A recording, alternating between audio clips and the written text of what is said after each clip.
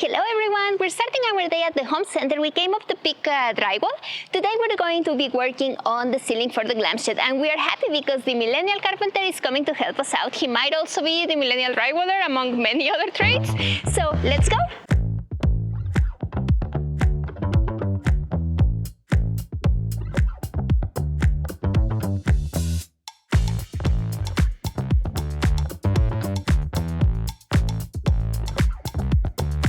Okay, so we made it on site with all our drywall intact, and we're ready to start work. But let's talk a little bit about drywall first. So the truth is we don't know much about it. We're going to know much more when we're done with that project I have right behind me. But for now, this is what we're doing. So there's like regular drywall, and then there's fire-rated drywall, which is what we are using. In this case, we're going to use type X. So this is the one that you have available at the home centers. And this one gives you 1 hour of fire protection.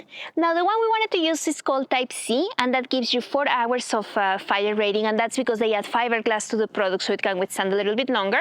But unfortunately, it's special order, so it takes a couple of days to arrive. So this is what we will be using today.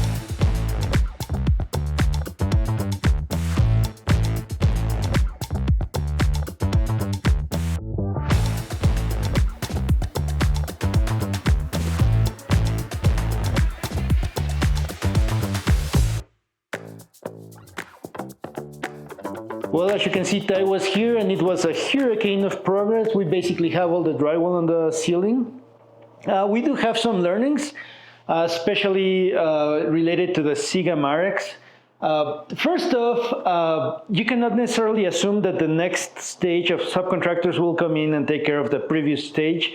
And by that I mean when the drywall guy will show up, and then they will punch in with the router, and then they will basically make holes on your Siga. So to prevent that from happening, I highly recommend that you make boxes like we did for the speakers, but that you do the same for the lights. We did not do that, but now at least we know, and then we will do it for the main house as well. Another lesson that we learned is that it's important, if you have these little cables that come out from the lights, that they come out at the correct location, because you cannot necessarily assume that people will know that where they go. So it's better that the previous stage, the people that make the boxes, set them at the correct location so that they come out perfectly, and then that way the drywall trade doesn't have to think about it. Next, we were also experimenting, because like we've mentioned many times, the shed is where we learn and we experiment new methods. We were experimenting with this kind of layout where the skylight comes down flat, following the roof pitch, and then we come down perfectly flat down. As you can see, that's not looking so great. So I don't recommend that you follow this method, because it's much easier to have a nice little box. For example, if you have it like you can see it on this side.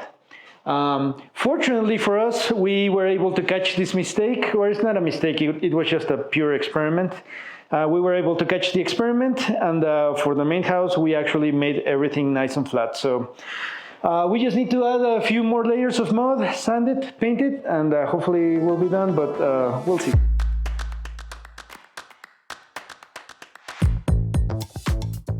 So we have to do a big repair because of the ERV installation, and we don't have any nailer because we have to cut in here. So this is what we're doing. I have the nailer here, but to attach it to the LVLs, we're going to use this kind of like mini L90 that you just put, you just put it like this, and then you can have it in place. These are about 70 cents, so it's an affordable solution if you don't want to waste a lot of time. So we are almost done with the drywall. We have already applied tape and 3 layers of mud with sanding in between for all the joints. And let me show you what we're using for this. So for covering large holes, we're using the Easy Sand 20.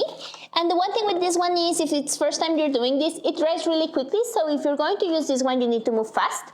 And then we are using just the all-purpose mud for all the joints. So with that, we're almost done. The open items we have are finished detailing the corner beads for the registers, and then we need to finish the skylight. So for this one, honestly, we may have mentioned this already, but we're never going to use this look again. We don't like a lot how it looks, and it's kind of a pain to build. But I have a tip for you if you're going to use this. So what we did is we used a single panel, and then we scored the back of the paper, and then we used the grater just to create an angle. And if you do that, this one bends a little bit. This one broke because it's a very small piece, but if you have a large panel like that one, then it's going to work. So we just need to detail that, apply the corner bead, tape on the corners, and once we're done with that, we just sand, and then we'll be ready for painting.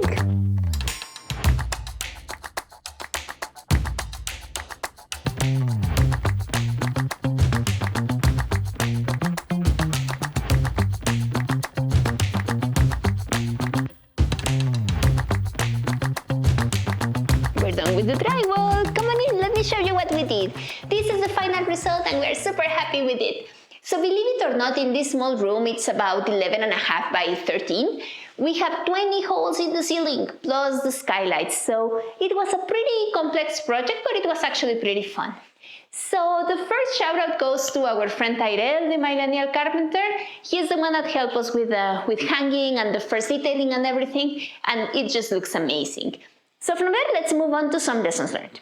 So the first one is, Tyrel recommends the sequence of doing ceiling, then walls, and then the floor. And that's because when you hang the ceiling, then when you put the drywall in the wall, it's going to help you to hold the ceiling in place. We might have to change that sequence when we do the house because we want to use a pretty cool profile for the tile. So we might need to do ceiling, then tile, and then walls, but we're gonna see about that. And with that, let's move on to lessons learned. So, first off, I think the paint job looks pretty nice. The first tip is we sanded this thing like crazy. So we sanded and sanded and sanded until everything looked perfect. And then we applied the paint. The paint is from Sherwin-Williams. I don't remember the exact level, but it's the first level from the premium paints. It's a red can. And it's called High Reflective Ceiling in white. And it's really reflective, it's super bright in here.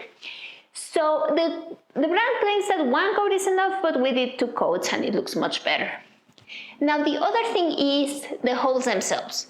So I did the hole for the register and I was very proud of myself because I did it to the exact size and it looked great. And then we applied the corner bead and the register couldn't go in. So we had to do some very crazy adjustments for that to fit. So first tip, don't be so exact, give yourself some leeway. The other thing is speakers. So if you remember for the speakers, we did this box, which was a tip from our friend Aaron from Miller's Construction. And it's an awesome tip, we really like it. The only problem was that since the speakers are round and the box is square, then we didn't have many places to screw into. So if you do that, just make sure that you have enough nailers so that you can install them. Same thing goes to the ERB. If you remember, we had to cut and make some unexpected adjustments, and then adding the nailers was a real pain. So make sure you plan for that. And with that, the final tip, I know it's going to sound pretty basic, but we missed it, so I'm going to say it anyway. Make sure you cover your floors. If you have finished floors, make sure you cover them. I don't know if we were too excited to just jump into it that we forgot, and then we were with the mud, and when we looked down, it was a big mess. And anyways, it happens. So that's what we have for you. If you enjoyed this episode, thank you so much for watching it. Consider giving us a like and subscribe to our channel, and we'll see you on the next one. Thank you. Bye bye.